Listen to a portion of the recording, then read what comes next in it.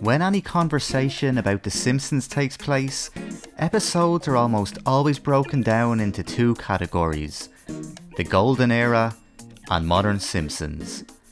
When exactly the former ends and the latter begins differs depending on who you talk to, but the two most popular opinions tend to consider The Simpsons Golden Age to be either between seasons 1 to 8 or from seasons 1 to 10.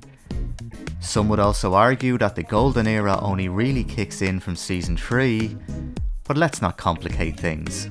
Season 8 is probably the last season where it's just about impossible to pick out a bad episode. Seasons 9 and 10 both contain plenty of episodes that feel as though they belong in the Golden Era. However, it's the first stage in the show's history where cracks begin to appear and certain episodes display early signs of the elements that would become associated with modern day Simpsons. Nonsensical plots, unrealistic storylines, less likeable characters, and a lack of the heart that made the early seasons so special. Episodes such as Season 9's The Principal and the Pauper, with its nonsensical plot of Seymour Skinner being exposed as an imposter, or Season 10's Monty Can't Buy Me Love, where Mr. Burns and Homer bring the Loch Ness Monster to Springfield, are good examples of where The Simpsons had finally begun to produce episodes that signalled a decline in the show's quality. So this period between seasons 9 and 10 almost feels like a transition between the Golden Age and what would become modern day Simpsons, with a mixture of episodes that feel as though they could belong in either era. And so at the end of this transitional period comes season 11, a season where, for the first time, The Simpsons really began to feel like a very different show. Anybody care what this guy thinks? No! A lot of the characteristics which had made The Simpsons such a popular show and a cultural phenomenon seem to have officially disappeared in this season. Likewise, a lot of the characteristics that would become associated with its decline are in full flow. Something that became synonymous with The Simpsons during its prime was the appearance of the guest star, including some of the most memorable one-off characters, as well as recurring roles. And although some guest stars did appear as themselves in earlier seasons, it was usually a short cameo which would tie in with the plot of the episode. However, as the years passed, guest star appearances became more and more frequent, and by season 11 it had reached a stage where an entire episode plot could be based around the appearance of a guest star. So while The Simpsons used to have episodes with guest stars, by this stage they have episodes about guest stars. In the season's opening episode, Beyond Blunderdome, Mel Gibson visits Springfield for a test screening of his new movie, and after Homer gives a negative review, Gibson brings Homer to Hollywood to help him re-edit the film. The episode is, essentially, the Mel Gibson episode. That's basically the premise of the entire episode. Mel Gibson meets The Simpsons. Compare this to the season 5 episode, Homer and Apu, and the guest appearance of James Woods. The story of Woods working at the Quickie Mart is a subplot. It ties in with the main storyline really well, and every scene featuring the guest star is very, very funny. I'm off to battle aliens on a faraway planet. That sounds like a good movie. Yes. Yes, a movie, yes. But by season 11, the guest star's appearance isn't used to enhance the plot. It basically is the plot. Oh, we should have put in the dog with the shifty eyes. One of the biggest criticisms of The Simpsons from this period was the change to Homer's character. In earlier seasons, Homer was always portrayed as dim-witted, but because of this he had an innocence which made him likeable. Deep down, he was a man who loved his family, and although he had a selfish side, he also had a heart. These qualities seem to become less apparent in season 10. Bart, would you go start Daddy's car? Homer? What? Nothing to worry about. And by season 11, Homer was a very different character to a few years previous. He slowly became a self-absorbed character who was mean-spirited and seemed to care little for the consequences of his actions. He had no feelings for anybody else, including his own wife and children.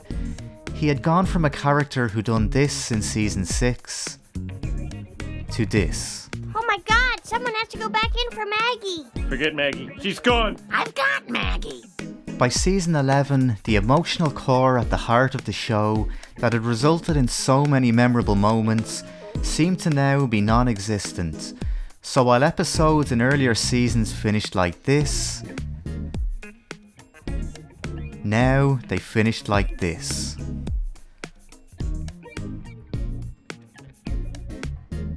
Scroll through any list of The Simpsons' best episodes, and every episode on the list will tend to have one thing in common. They all follow a formula that allows to tell a story within a 22-minute episode. The 3-act structure, consisting of a beginning, a middle, and an end. Take for example one of the show's most popular episodes from season 4, Marge vs. the Monorail. The episode opens with Mr. Burns being caught trying to illegally dispose of toxic waste and being forced to pay the town of Springfield $3 million. At a town meeting to decide how the money should be spent, enters Lyle Langley, who convinces the townspeople to spend the cash on a monorail. 7 minutes in, and end of Act 1.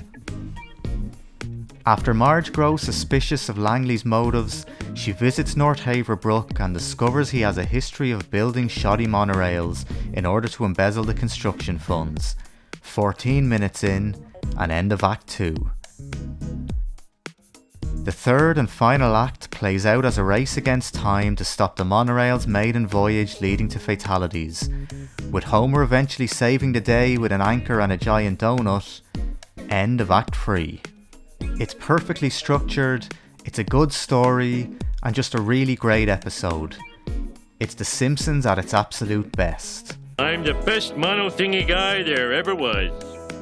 Now move forward to season 11 and the episode Kill the Alligator and Run. It opens with Homer taking a personality test in a magazine which suggests he has 3 years to live. Terrified of dying, he develops insomnia, begins to lose his sanity, and on the advice of a psychiatrist, the family take a vacation to Florida to help Homer relax.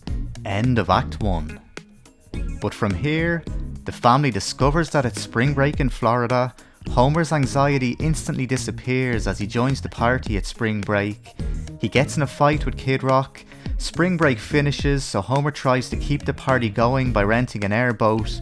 They kill an alligator, get arrested, escape from the law, have their car crushed by a train, find work at a local diner, get arrested again, are put into forced labour. The alligator then turns up alive somehow, and the Simpsons are thrown out of Florida. That traditional 3-act structure is out the window, and the plot seems to change every couple of minutes. The Simpsons, by season 11, really begins to feel almost like a parody of itself, a strange, wackier imitation of the show that existed a few years previous.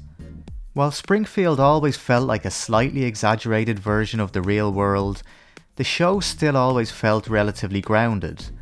It was relatable. The Simpsons family and the issues they dealt with were, for the most part, believable. But by season 11, this was no longer the case. For example, in season 3, Homer goes to the land of chocolate, in his imagination. However, in season 11, he goes to the land of the jockeys, and... Did that really happen? Or was it just a wonderful dream? No dream. Lose the race, fat boy. Since season 11 finished, there have been over 500 more episodes of The Simpsons produced. It's still The Simpsons, but compared to that golden age, it's a very different show. I guess you could say The Simpsons lives on, but not as we know it. So while this version of The Simpsons lives on, season 11 was the year when this version of The Simpsons ceased to exist.